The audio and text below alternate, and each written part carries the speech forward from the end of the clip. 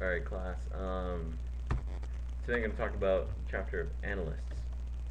And so, analysts are really important. They're critical to a firm's success and knowing how to manage them and make them work together, and just knowing the different skills that they have and possess and different categories that they fall into is really important in order to have the greatest amount of success. So, first, I just want to go over. It goes over the analytical skills that these different analysts possess, as well as the different categories of analysts. So, first, I want to go over analytical skills. Quantitative and technical skills are essentially the foundation. They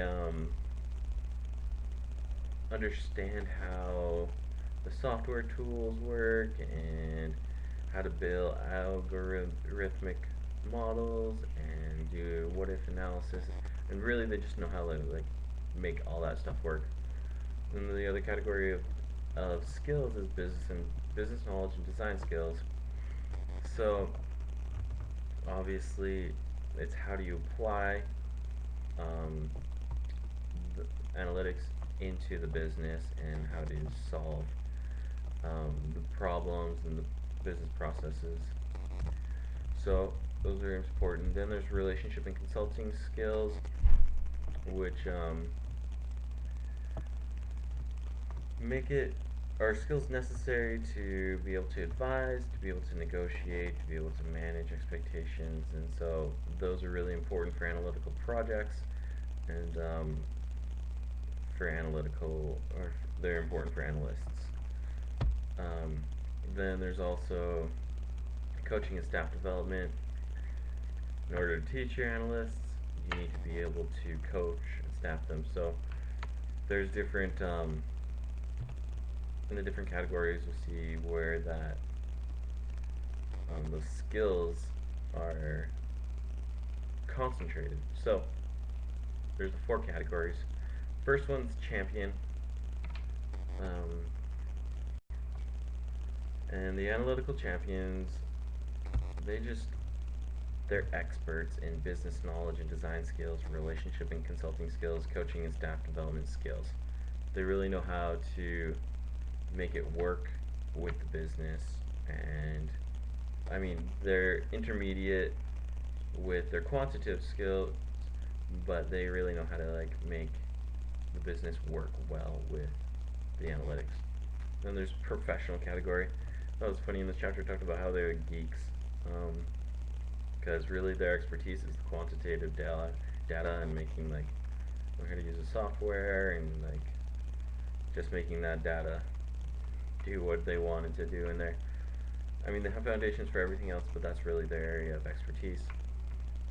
Semi-professionals, they're usually not your CEOs, but well, they can be, but usually they take all the information from the professionals and they just are able to make it work in all the other areas. I mean, they're advanced in their quantitative skills, their business knowledge and design skills, and relationship and consulting skills, but they're much more savvy than the professionals.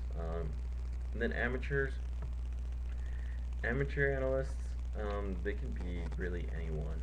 For each of these categories in the book, it gives examples of people who fall into these categories. And so I talked a lot about people at Best Buy, CEOs, managers. What I found was really interesting is they talked about they brought up Will Smith as an analytical amateur. And so how he's an analytical amateur is the emphasis he puts on analytics in choosing the movies that he wants to act in.